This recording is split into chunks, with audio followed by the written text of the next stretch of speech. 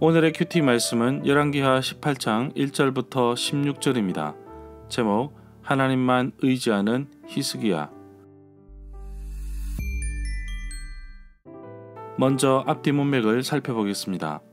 북이스라엘은 호세아 왕을 끝으로 멸망했습니다. 북이스라엘의 멸망 이유를 열왕기하 17장 7절에서 말씀하고 있습니다. 모든 일이 일어난 것은 이스라엘 백성이 그들의 하나님 여호와께 죄를 지었기 때문입니다. 여호와는 이스라엘 백성을 애굽에서 인도해 내셨고 애굽 왕 바로의 손에서 구원하여 주셨습니다. 그런데도 이스라엘 백성은 다른 신을 섬겼습니다. 북이스라엘을 점령한 아수르는 이스라엘 백성들을 사로잡아 갔습니다. 그리고 이방 민족들을 사마리아 여러 성읍에 거주하게 했습니다. 이방 민족들은 여호와 하나님을 섬기지 않았기 때문에 여호와께서 사나운 사자를 보내어 몇 명을 물어 죽게 하셨습니다. 그러자 아수르 왕은 사마리아에서 붙잡아 온 제사장을 사마리아에 보내어 이주해온 이방 민족들에게 율법을 가르치도록 했습니다. 그래서 이주해온 이방 민족들은 여호와 하나님을 섬기게 되었습니다. 문제는 여호와 하나님도 섬기고 본래부터 자기들이 섬기던 신들도 섬기게 되었는데 사마리아 사람들이 만든 산당에 자기들의 신들을 갖다 두고 숭배하기까지 했습니다. 이처럼 사마리아에는 혼합주의 모습이 나타났습니다. 뿐만 아니라 아수르로 끌려가지 않았던 이스라엘 사람들에게도 영향을 끼쳐서 혼합주의가 만연하게 됩니다. 포로기가 끝나고 돌아온 이스라엘 사람들은 변절된 사마리아 사람들과 가까이 하지 않으려 합니다. 성전을 재건할 때에도 참여하지 못한 까닭을 혼합주의에 두고 있음을 보게 됩니다. 북이스라엘은 망했고 남유다도 위기에 봉착하는 이때에 하나님만 의지하는 선한 왕이 나옵니다. 히스기야 왕입니다. 아무리 선한 왕이고 하나님만 의지한다고 해도 어려움은 닥칩니다. 어떻게 헤쳐나갈까요? 문단을 나눠보겠습니다. 1절부터 8절은 히스기야가 계획을 단행하다. 9절부터 16절은 히스기야가 타협을 하다.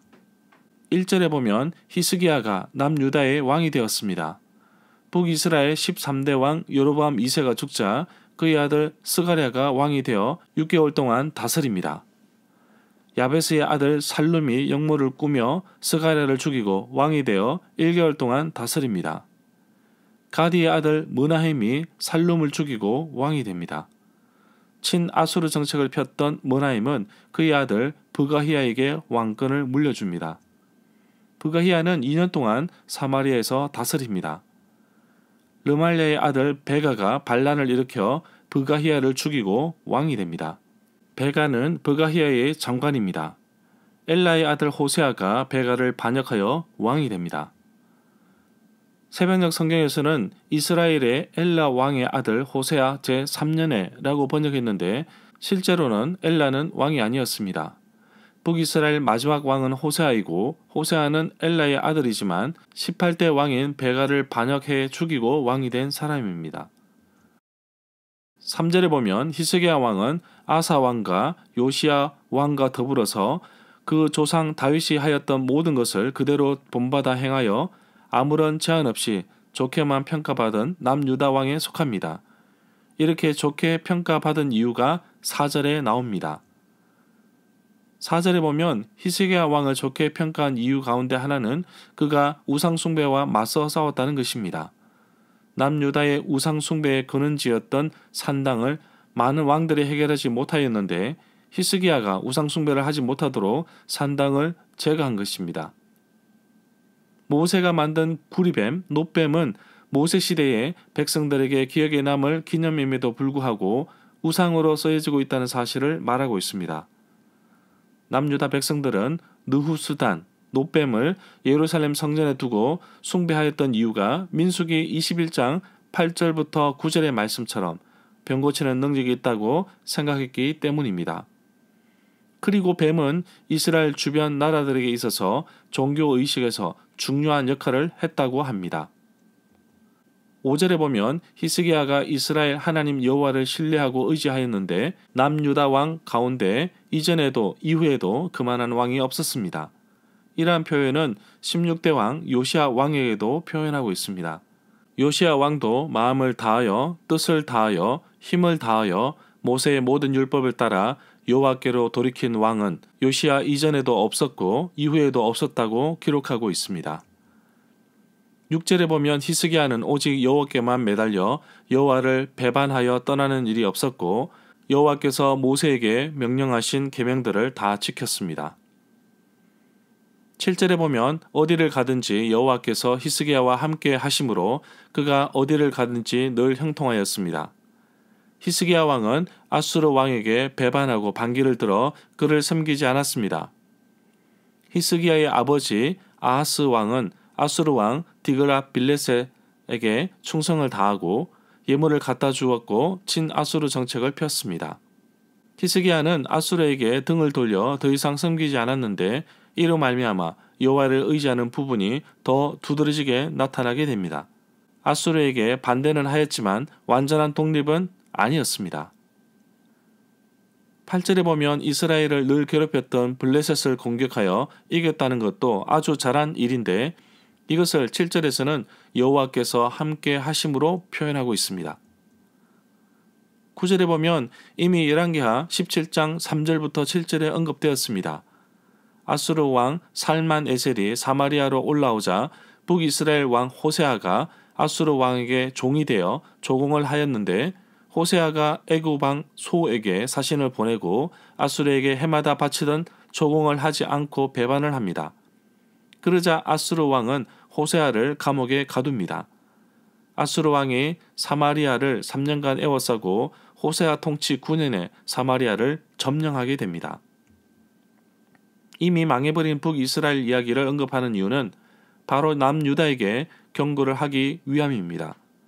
남유다에게 여호와의 말씀을 끝까지 준행하라는 경고의 말씀인 것입니다. 11절에 보면 아수르 왕은 이스라엘 사람들을 아수르로 잡아가서 그들이 할라와 고산 강가에 있는 하볼과 메대 사람의 여러 성읍에 이주시켰습니다. 이미 열왕기하 17장 6절에 언급된 이야기입니다. 이 내용은 역대상 5장 26절에도 나옵니다. 12절에 보면 이렇게 된 것은 이스라엘 백성이 그들이 하나님 여호와의 말씀을 듣지 아니하고 순종하지 않았기 때문입니다. 이스라엘 백성들은 여호와의 언약을 어겼고 여호와의 종 모세가 명령한 모든 것을 순종하지 아니하고 실천하지도 않았습니다.